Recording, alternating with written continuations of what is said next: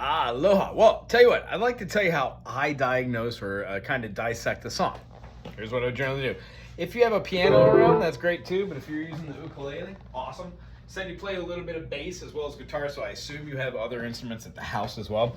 But piano is always a great way for me to just figure out where triads are. 3 notes all sprawled out. They're the same thing though, so whatever your instrument choice is, do it for those. As far as this would go today, if we were looking at any different song, let's say we were looking at like, let me just turn to my Spotify. I think you and I kind of like the same music. If I were to just type in like Pearl Jam station, almost every song that comes up on the Pearl Jam station would probably be something I like. Ooh, just speaking of Pearl Jam, let's just look at Temple of the Dog. Temple of the Dog. When I go on the way, say hello to heaven. That was a great one. So like, I have my headphones in. So I'd hear the notes and I'd play something.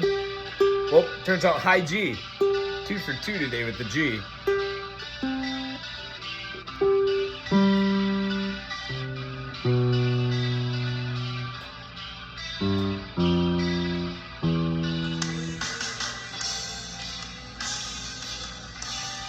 Groovy beat, I remember this.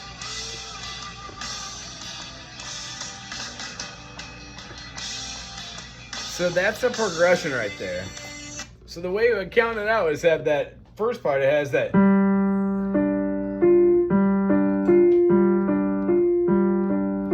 That's the chord over the top. So if I looked at that as being a.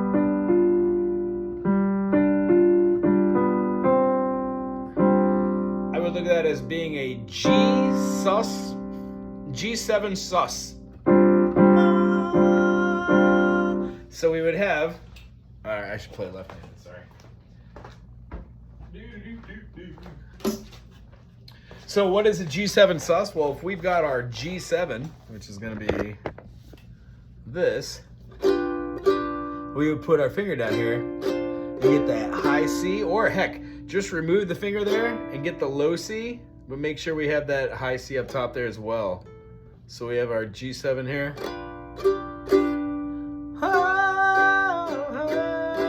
So the idea is we kind of pick apart those chords, and then in the beginning I heard C, B, F, E.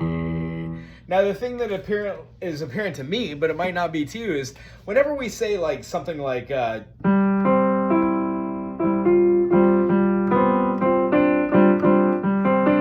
can call that G sus4, because here's a G triad, G, B, and D. When we change that G to a G, C, and D, we get a G sus4. But if I were to play that 7th on the top of G as the F natural, the minor 7th, that is a F7 or a G7 sus. But I could also look at it as a C sus2 with a 4, so that's a C with a 2 and a 4. And that's like all 5 notes, 1, 2, 3, 4, 5 squished down. You can spread them around amongst the keyboard if you want. But it still works. So on any instrument that we're doing this for, maybe Temple of the Dog's a little bit over the top, there are notes that go along with it, notation, there are chords. So after it gets through that first part, that first groove, that, what is it?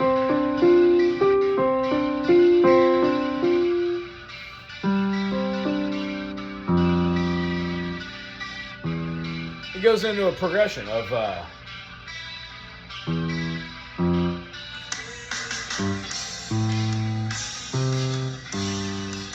A, C, G. It does it 3 times,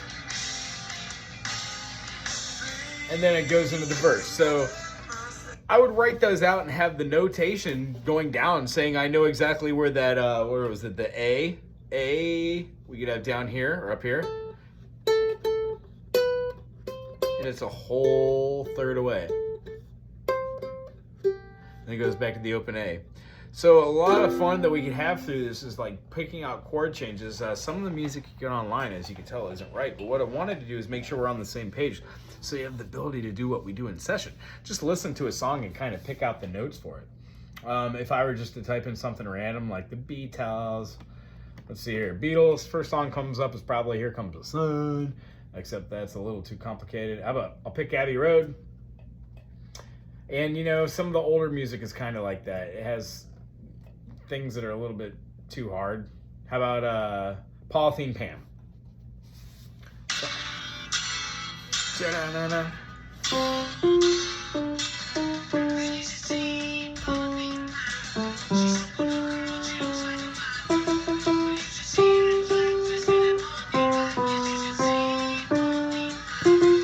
Not a great example. It's all over the place. How about Golden Slumbers? Feels like A minor. A minor 7. D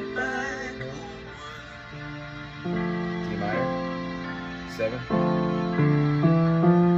G major 7. I would assume C. Yeah. C to B. A minor. E. G. F to D. G. Back up to C. So, if you sit down with the ukulele, you can do the same thing. A minor. Once there was a way, A minor. To get back homeward. The next chord we played was the D minor, so homeward. And the one thing I am doing right here that I hope it makes sense is when we go from the A minor to the D minor to the G to the C, none of those said C sharp or D sharp or F sharp. In fact, most of the music that you will find is in the key of C. And if it's not in the key of C, it's easy to think about it in the key of C and get the progression, then put it in the key it is. So if I was in the key of anything else and it turns out that we're playing in the key of B minor, once there was a way to get back homeward.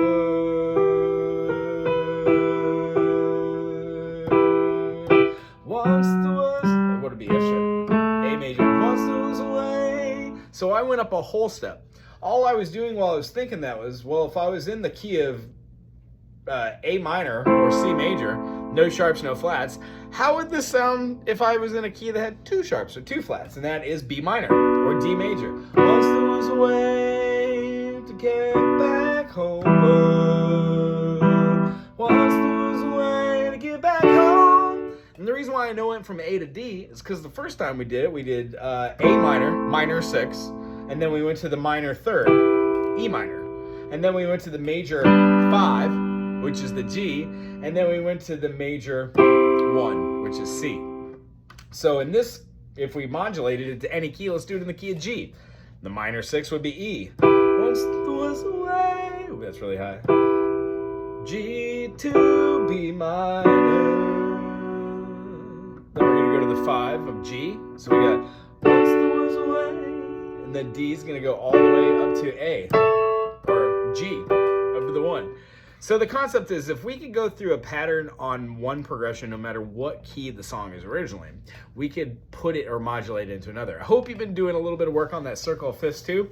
But circle of fifths on our ukulele is going to look and feel a little something like this. When we play our C major and we've got the construct of here, the next chord we would see going the other way would be our, you guessed it, F major. Then we're gonna have a B flat major. So we're gonna cover all of these notes right here, and then we're gonna play down these bottom 2 strings, right? It looks exactly like your A major would look like right here, but we're playing with the secondary fingering and then scooting it up for a full bar B flat major. Then we have a C, but this between it would be a B. So the concept behind this is you made mention of not knowing what the key of B flat major was. So what I'd like you to do on your own this week is just blow my mind, blow your mind, put together a E major, and then put together an E minor, and then put together a B major and a B minor. And then while you're doing it, try and do an E flat major, E flat minor, and try and do a B flat major and a B flat minor. What you will find is that in the key of E major, you will have 4 sharps. F sharp, C sharp, G sharp, and D sharp. When you plan those out, you'll see that in the key of E minor, you only have 1 sharp, F sharp. One of the things we talked about that a major is a 1, 2, 3, 4, 5, 6, 7, and then a minor is a 1, 2, flat 3, 4, 5, flat 5, flat 6, flat 7, 1. So the concept is you flatten the 3, the 6, and the 7 to get a minor. In the key of G, there is only one sharp. That's F sharp. And when we're playing E minor, it is a derivative of E major. It just so happens that E major has 4 sharps, and when you take away the minor third, the major third for a minor third, the major 6 for a minor 6, and then the major 7th for the minor 7th, you're only left with 1 sharp, which is why, ipso facto, E minor has the same amount of sharps and flats that G major does. It's pretty magical that way. What I'd like you to do is come up with that on your own, for your own conclusions, by using E major, E flat, B major, and B flat major. And then we'll correspond next week and see what we came up with. Aloha.